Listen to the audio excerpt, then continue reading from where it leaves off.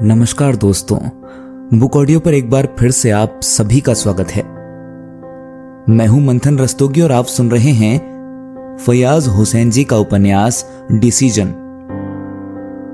आज हम पढ़ने जा रहे हैं डिसीजन का 14वां अध्याय, जिसका नाम है पीएचडी और अलीगढ़। तो चलिए शुरू करते हैं। पीएचडी में एडमिशन के बाद फरहान को नया रूम मिल गया था। सैफी हॉस्टल का ही रूम नंबर 5 नए रूम में नए साथी थे। एक लड़का बंगाल का था, शाहजहां। दूसरा केरल से था, बदरुद्दीन। दोनों ही जूनियर थे।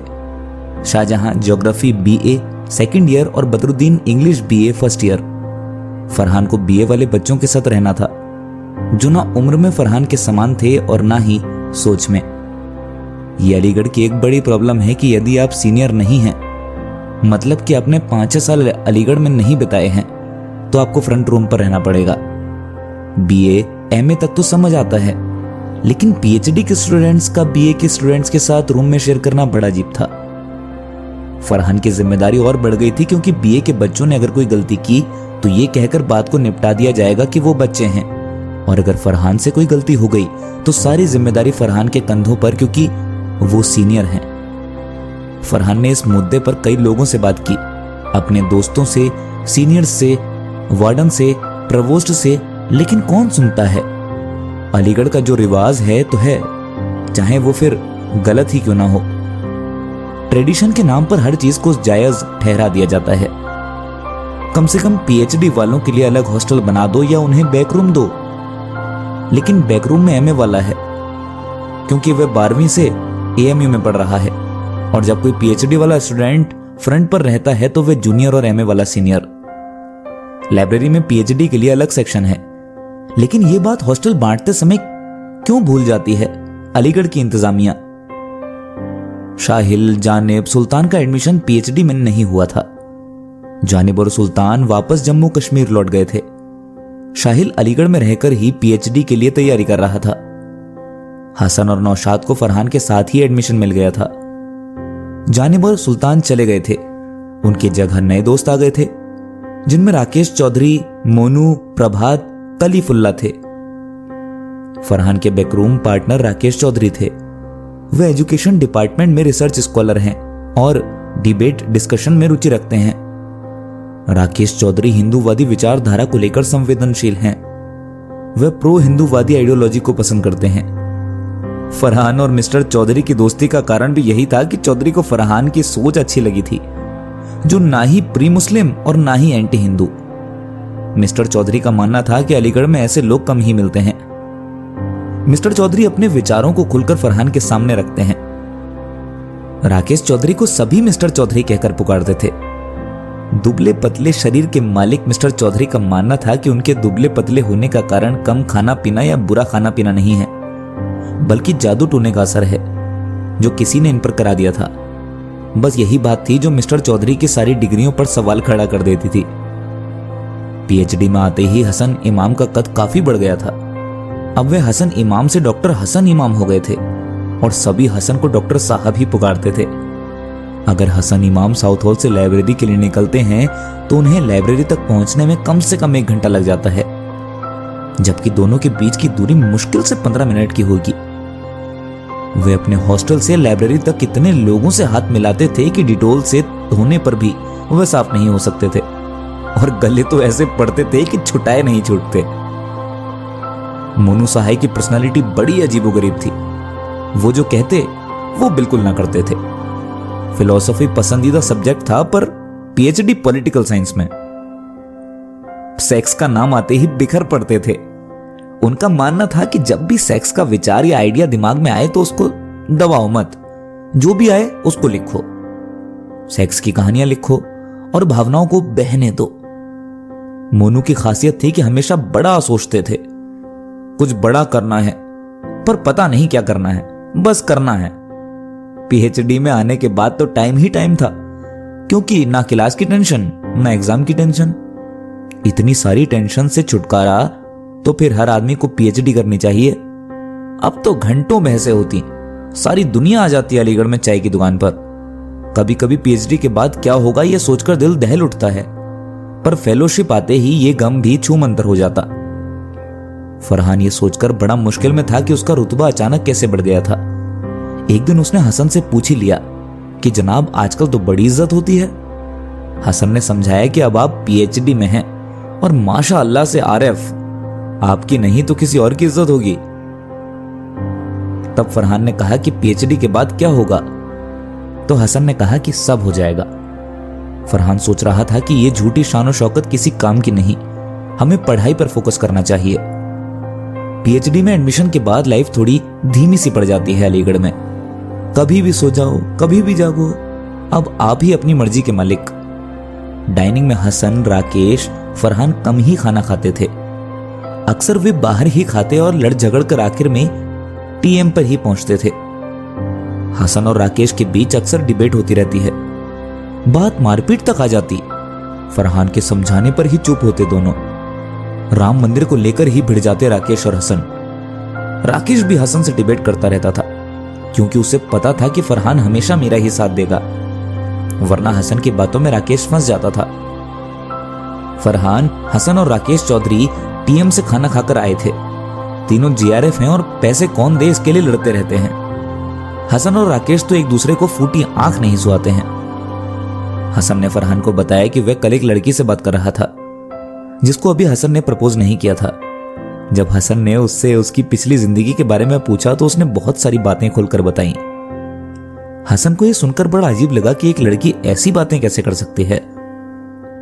हसन फरहान को अपनी बात बता ही रहा था कि राकेश ने कहा कि लड़कियां लड़कों से भी ज्यादा गंदी बातें करती हैं आपस में। फरहान, यार लड़कियां ऐसी बात क्यों नहीं कर सकती? आखिर विमेन एम्पावरमेंट हो रहा है, उन्हें भी राइट्स हैं कि वे अपनी बात को रखें। हसन, लड़की को कुछ शर्म तो करनी चाहिए। फरहान, आप तो फेमिनिस्ट हो, फिर ऐसा कैसे कह सकते हो? हसन ने अपना बचाव करते हुए कहा कि मैं रेडिकल फेमिनिस्ट नहीं हूं। फरहान, उसका मतलब आप नारीवादी हैं भी और नहीं भी। हसन, यार विमेन एम्पावरमेंट का मतलब ये नहीं कि कुछ भी, सेक्स करने की आजादी को भी विमेन एम्पावरमेंट माने क्या? फरहान, मुद्दा गंभीर है। राकेश, मुझे तो विमेन एम्पावरमेंट से ही प्रॉब्लम है। हसन, क्यों? राकेश, सब फर्जीवाड़ा है। हसन, कैसे फर्जीवाड़ा है? राकेश, यार ये बताओ कि औरतें फिजिकली कमजोर होती हैं मर्दों से, तो ये भेदभाव नेचुरल है। हसन, औरतें मर्दों से कमजोर हैं, इसका मतलब ये नहीं कि वो उनके गुलाम हैं। राकेश, जो पावरफुल है वही शासन करेगा। हसन, उसका मतलब हमारे डिपार्टमेंट का एचओडी खली को होना चाहिए, ना कि अहमद सर को, क्योंकि खली ज्यादा ताकतवर है। यार ये दौर ताकत का नहीं दिमाग का है और औरतें ज्यादा तेज होती हैं। आज हर जगह वे साबित कर रही हैं कि उन्हें मौका दिया जाए तो वे अपनी काबिलियत दिखा सकती हैं। फरहान, हसन, आप फेमिनिस्ट की लड़ाई की शुरुआत ही गलत है। हसन, कैसे? फरहान, आप लोग औरतों के लिए राइट्स मांगते हो लेकिन उनके खिलाफ जो बातें रिलीजन में कही गई हैं उन पर कोई गौर नहीं देता। हसन, इस्लाम में तो औरतों के पूरे राइट्स दिए गए हैं। फरहान, कुरान में ही आया है कि 2 औरतों को गवाही एक मर्द के बराबर है। बताओ, क्या यह बात आज के दौर में एक्सेप्टेबल है, जबकि आज का जमाना 1 पर्सन 1 वोट का है? हसन, ऐसा कहना गलत है, उस बात को हम नहीं समझ सकते, उलेमा ही बता सकते हैं कि इसका क्या मतलब है। फरहान, मतलब साफ समझ में आ रहा है, यह तो समझकर भी ना समझने का बहाना है। राकेश, हिंदू धर्म में औरतों को देवी माना गया है फरहान भाई। फरहान, कौन सी देवी? जो हमेशा विष्णु के पैर दबाती रहती है, या जो पति के लिए इमराज से लड़ गई? मुझे तो हंसी तब आती है जब लोग कहते हैं कि रामराज्य आना चाहिए। मैं पूछता हूं कि किस रामराज्य की बात कर रहे हो, जिसमें सीता को अपनी पवित्रता की अग्नि परीक्षा देनी पड़ी थी? हसन, कौन मानता है रिलीजन्स को आज? फरहान, मुझे लगता है कि दुनिया के ज्यादातर लोग आज भी रिलीजियस हैं। राकेश, औरत की डिपेंडेंसी है मर्द पर, देख लो खुद। फरहान, वो किस लिए है मैं बताता हूं। इस्लाम में हव्वा की पैदाइश आदम की पसली से हुई, मतलब औरत मर्द से निकली तो कौन बड़ा हुआ? मर्द। हसन, ये गलत इंटरप्रिटेशन है रिलीजन का। फरहान, पहले सुनो, हिंदुओं में दुनिया को बनाने वाला कौन? ब्रह्मा। दुनिया को चलाने वाला कौन? विष्णु। दुनिया को मिटाने वाला कौन? शंकर। तीनों के तीनों मर्द, पुरुष, मेल हैं। इस्लाम में अल्लाह कौन? मर्द है। अल्लाह फरमाता है, यह सेंटेंस बताता है कि अल्लाह मर्द है क्योंकि वह फरमाता है, ना कि फरमाती है। क्रिश्चियन में गॉड शब्द का मतलब क्या है? G generator, O operator, D destroyer. इन तीनों का मतलब भी यही निकलता है कि ईश्वर पुरुष है, मर्द है, मेल है। जब तक ईश्वर, ब्रह्मा, अल्लाह, गॉड मर्द हैं, तब तक महिलाओं, औरतों, विमेंस का डेवलपमेंट नहीं हो सकता है। राकेश, तो क्या नए गॉड बनाए जाएं? और हंसने लगता है। फरहान, हंसने की बात नहीं है। सारे पैगंबर, देवदूत पुरुष हैं और दुनिया को बनाने वाला भी मर्द है, तो औरतों को राइट्स मिलने से रहे। मजे की बात तो यह है कि उन पवित्र किताबों में औरतों को ही कमतर आंका गया है और वे उनकी किताबों को पढ़ती चली जा रही हैं। हसन, क्या करवाना चाहते हैं जनाब? फरहान, वीमेन एम्पावरमेंट एक ही शर्त पर हो सकता है, जब इन पवित्र कही जाने वाली किताबों को जलाया जाए, उन भगवानों को मिटाया जाए और औरतें नए सिरों से अपनी कहानियां लिखें। नई किताबें, नए गॉड बनाए जाएं, खुद औरतों द्वारा, क्योंकि अभी तक की सारी कहानियां मर्दों ने लिखी हैं और मर्द कभी नहीं चाहेगा कि औरत उससे आगे बढ़े।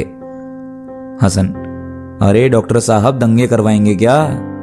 राकेश, स्वाति को कितने अधिकार दिए हैं? फरहान, जैसे वो चाहे जिए, मैं तो स्वाति को अपने हिसाब से नहीं चलाता।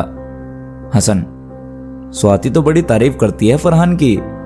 राकेश, हाँ भाई, इनकी मोहब्बत की दास्तान इतिहास बनेगी। फरहान, बिल्कुल बनेगी, हम दोनों प्यार करते हैं। राकेश, कल तो राम मंदिर पर डिसीजन आना है कोर्ट का। हसन, बवाल होगा कल। फरहान, कोई नहीं, कोर्ट बहुत बैलेंस्ड डिसीजन देगा, मुझे भरोसा है। राकेश, देखते हैं क्या होता है कल।